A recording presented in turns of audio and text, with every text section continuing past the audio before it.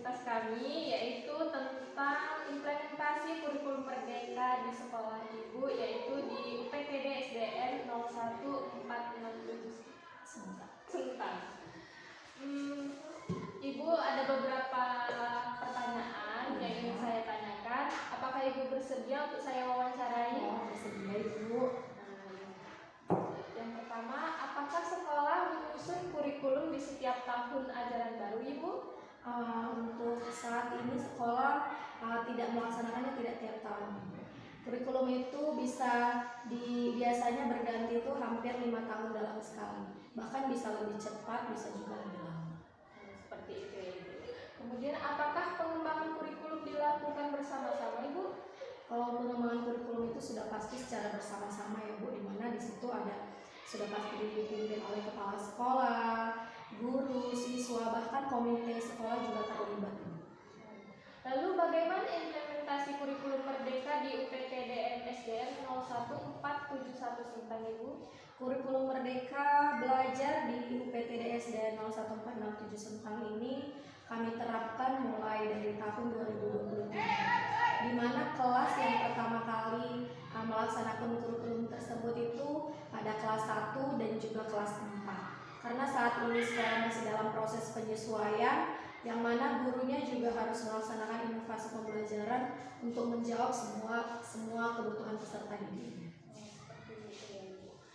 Bagaimana penyesuaian kurikulum dengan kebutuhan siswa? Untuk saat ini targetnya belum bisa dicapai, Bu, dalam manajemen kurikulum merdeka ini, di mana belum ada dilaksanakannya P5. P5 ini ada dia proyek penguatan profil pelajar Pancasila, Bu, yaitu lintas konteks disiplin ini. Karena menurut kepala sekolah pelaksanaan P5 ini masih belum bisa terlaksana karena masih dalam tahap penyesuaian, Bu, karena kan masih di kelas 1 dan kelas 4 seperti itu. Bagaimana kesiapan guru-guru dalam mengimplementasikan kurikulum merdeka, Bu? Sudah pasti, Bu, guru-gurunya masih banyak yang belum siap dalam menerapkan QMR ini kan, Bu, karena guru-guru itu masih kurang memahami strukturnya seperti apa gitu. Karena guru-guru juga kan masih harus perlu pelatihan, Bu, karena ini kan kurikulum baru seperti itu. Jadi guru-guru membutuhkan pelatihan terlebih dahulu ya, Bu. Apa harapan sekolah ini dengan melaksanakan kurikulum merdeka? Harapan sekolah sudah pasti dengan adanya kurikulum merdeka ini, siswa itu bisa jadi lebih aktif dalam berpartisipasi di proses pembelajaran di kelas. Lalu bisa mengembangkan keterampilan kritis, kreatif, dan juga berkolaborasi. Itu harapan sekolah ya, Ibu, kurikulum merdeka. Kemudian bagaimana cara pengimplementasian kurikulum merdeka terkait dengan pembelajaran di kelas ini?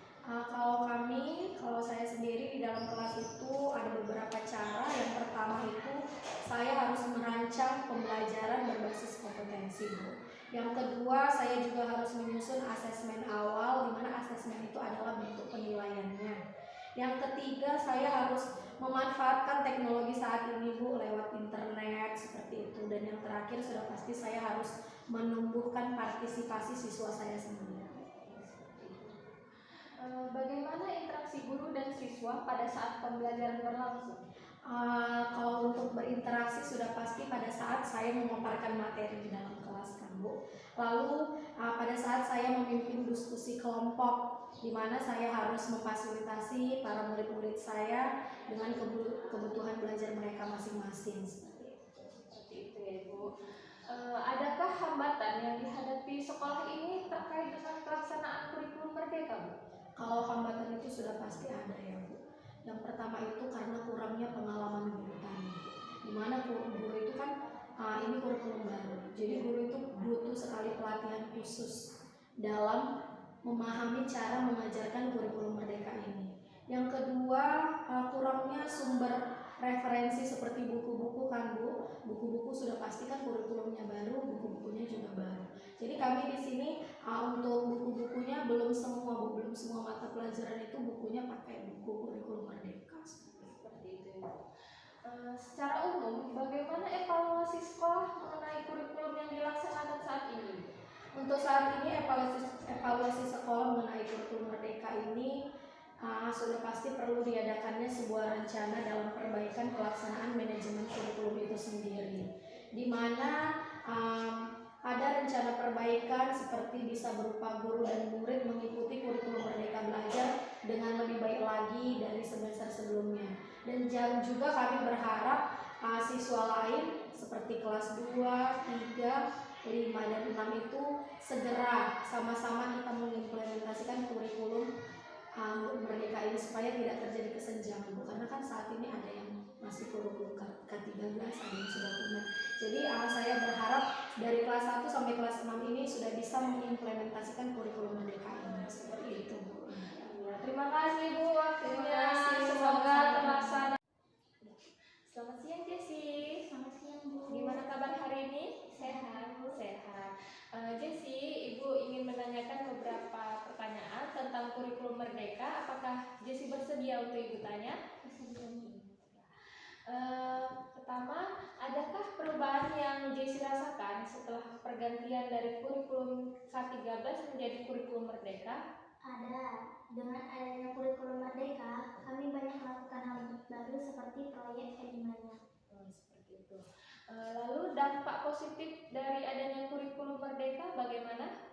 Ada. Kami jadi lebih semangat untuk belajar karena adanya media pembelajaran yang menarik seperti video animasi dan praktek langsung. Iya.